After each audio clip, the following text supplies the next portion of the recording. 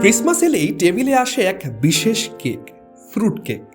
ভারী, ঘন, শুকনো, ফলে ভরা এই কেকটা অনেকের কাছেই ভালোবাসা, আবার অনেকের কাছে একটা রহস্য। কিন্তু খুব কম মানুষই জানে এই কেকের গল্পটা আজকের নয়। এটা শুরু হয়েছিল প্রায় 2000 বছর আগে। গল্পের শুরু প্রাচীন রোমে। তখন কেক মানে আজকের মতো নরম আর মোলায়েম কিছু নয়। রোমান সৈন্যরা দীর্ঘ যুদ্ধযাত্রায় বেরোলে সঙ্গে রাখত এক ধরনের খাবার, যেখানে থাকতো যব, মধু, বাদাম আর শুকনো ফল। উদ্দেশ্য স্বাদ নয়, উদ্দেশ্য ছিল শক্তি আর এমন খাবার যা অনেক দিন নষ্ট হবে না। সময়ের সঙ্গে সঙ্গে এই খাবার বদল হতে থাকে আর নেয় নতুন রূপ, আর ধীরে ধীরে জন্ম নেয় ফ্রুট কেকের প্রাচীন অবতার। মধ্যযুগে ইউরোপে যখন চিনি আর মশলার চল বাড়তে শুরু করলো, তখন ফ্রুট কেক আরও সমৃদ্ধ হয়ে উঠল।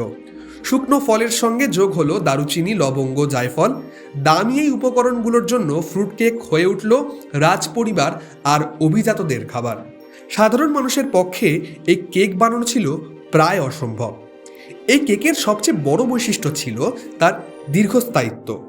রাম বা ব্র্যান্ডির মতো অ্যালকোহল ব্যবহার করে কেক এমনভাবে বানানো হতো যা মাসের পর মাস, এমনকি বছরের পর বছর ভালো থাকতো। অনেক দেশে তো আজও ফ্রুট কেক বানানো হয় উৎসবের অনেক আগেই। সময় যেন এই কেকের কাছে হার মানে।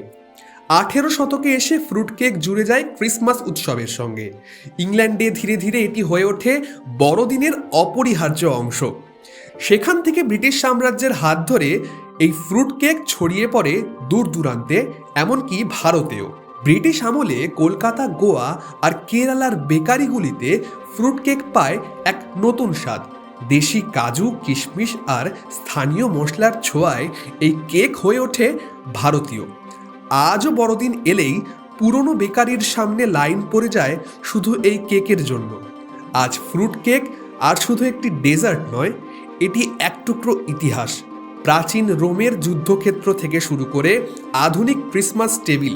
সময় বদলেছে, মানুষ বদলেছে, কিন্তু ফ্রুট কেক রয়ে গেছে ঠিক আগের মতোই। তাই এই উৎসবের মরশুমে যখন ফ্রুট কেক এক টুকরো মুখে দেবেন, মনে রাখবেন আপনি শুধু কেক খাচ্ছেন না, আপনি স্বাদ নিচ্ছেন এক ইতিহাসের।